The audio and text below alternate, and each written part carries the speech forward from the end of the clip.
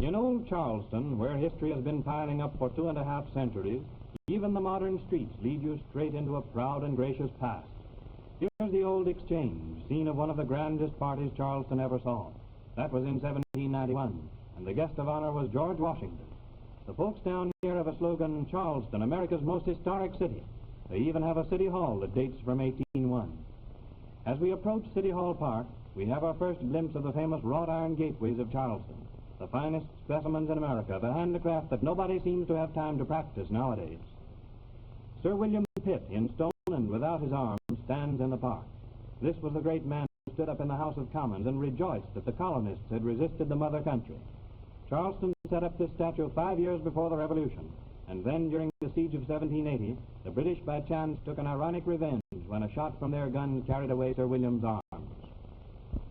And here's an old building, the old powder magazine, which dates clear back to sometime in the 1600s.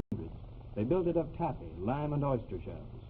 A fiery spirit of the old days lived in this house, Colonel Rhett, who led the little fleet that rid the Carolina coast of pirates. And here's the spot where Carolinians of those old days used to do their pirate hanging. Here Bonnet, a real big shot in the pirate trade, met his end with 60 others. This Bonnet was a remarkable chap, a man of good family and of means, well educated and with charming manners. He rose as high as a first-class pirate could in those days, and then a sudden drop. Not far away, we found another of those beautiful wrought iron gateways. They date from way back before the machine age, and in that distant day, every graceful curve and detail was laboriously worked out over an anvil by some sturdy arm long since stilled. Like the doorways and old mansions of the city, the gateposts and ironwork of Charleston are studied every year by ambitious students of architecture from up north.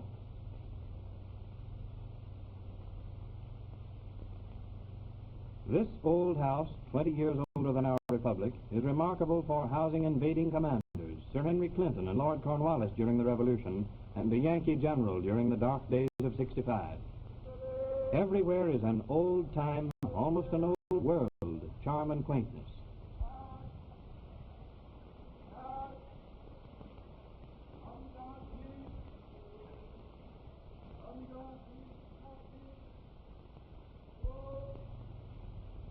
But behind many of these quiet rows of old house fronts, you will often find lovely gardens and enclosed courtyards, where there goes on a pleasant and placid life, such as the casual stranger seldom sees. And everywhere, of course, the Negroes. And everywhere you have Negroes, you have music.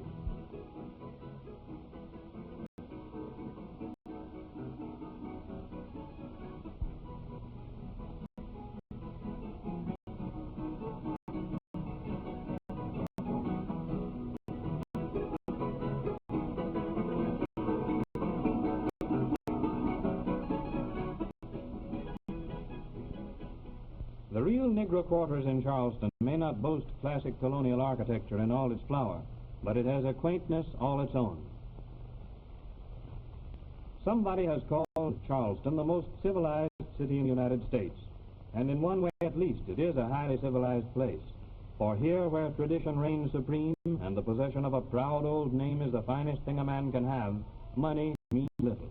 That is, it's useful enough, heaven knows, but it won't buy respect or social position. It's the one place where social life isn't organized around wealth. Charleston is a city with a voice all its own, a place with a distinctive rhythm. One most characteristic tone, heard here as hardly anywhere else, is the cry of the Negro street vendor, who at any minute is likely to come upon us from some quaint alley, or from one of those picturesque conglomerations of old buildings that give the town its peculiar charm. And here's Papa Joe, calling his wares as he passes this stately row of fine old houses. Listen to him and see if you can tell what he's selling. Believe it or not, Papa Joe is announcing that he has fresh shrimp for sale. Folks here are proud because the houses are antiques, and Papa Joe is proud because his shrimp aren't antiques. And all three, the houses, Papa Joe, and the shrimp, all of them are familiar Charleston institutions. Looking through Church Street, we see one of the most beautiful churches in America, Old St. Philip's. Washington attended services at an earlier St. Philip's on this same site. Soon afterwards, Charleston had a great fire. A blaze broke out in the steeple, and the church was saved only by the courage of a Negro sailor, who climbed to the top of the steeple and tore away the burning shingles. They gave him his freedom, a purse of money and a fishing boat. In 1835, there was another fire, but the Negro sailor wasn't on hand this time, and old St. Philip's burned to the ground. The present church is rounding out its first century, so I guess it's all right to call it Old St. Philip's. They call St. Philip the Westminster of the South because so many of the gallant men of our heroic early days lie at rest here. You won't find General Gadsden's grave because in his will he directed that it be leveled and left unmarked. He added that he disliked ostentation of any kind. William Rhett, who caught all those pirates, rests here, and John C. Calhoun, pride of Carolinian statesmanship. And this is the grave of Edward Rutledge. The extraordinary thing about Edward Rutledge's tombstone is that it goes into great detail as to that gentleman's virtues and achievements, and Rutledge was a very able citizen, but it doesn't say a word about his being one of the signers of the Declaration of Independence, which after all is his chief claim to the attention of posterity. Rutledge, along with two other signers, Middleton and Hayward, was an early patron of Charleston College, the alma mater of a long line of Carolina's leaders. That same Arthur Middleton who signed the Declaration of Independence lived in this fine old Tudor mansion, and right down to our own time his descendants have occupied it. Arthur Middleton died at the early age of 45 and rests in a tomb on the estate, secure in his fame as an ardent patriot and an elegant and accomplished gentleman. To beautify their place, the Middletons brought over two English landscape gardeners. This was nearly 200 years ago, and today the famous Middleton garden looks pretty much the same. The finest collection of azaleas in America is here, and moss-laden live oaks, which not only make this a fairyland of beauty, but which have a fine tradition clinging to them. For it was here that the fine gentlemen of Charleston, patriots all, met to plot the Revolution, and here Francis Marion enrolled his daring band of raiders.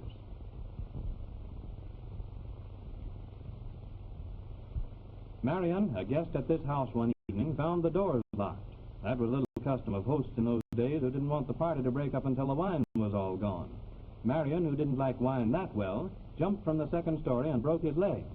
And so when the British captured Charleston and nearly all the American officers, Marion was away at his plantation with a game leg, but free. It was through these woodlands and swamps that Marion was soon leading his little band of patriots in many a terrifying raid against Tarleton's redcoats. Marion's men were farmers and hunters, and every foot of this difficult country was known to them. It all looks peaceful now, but it was here that, in those brave days, hearts beat high with heroism, and the sheltering trees are so many monuments to the dashing exploits of Marion and his men. Another spot of imperishable fame is the fort in the harbor from which Colonel Moultrie defeated the invading British fleet in 1776. As for the battery down on the waterfront, it is here, according to the proud phrase of Charlestonians, that the Ashley and Cooper rivers join to form the Atlantic Ocean. And now for our last glimpse of Charleston, a gracious old city where memories and traditions live and thrive in a congenial air. Old St. Michael's Church, which you see there, has watched over centuries of our old South, the South that Washington and Lafayette knew, the South of Calhoun and Wade Hampton, the South of today, rich in its heritage of great men and great deeds. Let's join those old chimes of St. Michael's in saluting a city where romance and sentiment and heroic memories have reality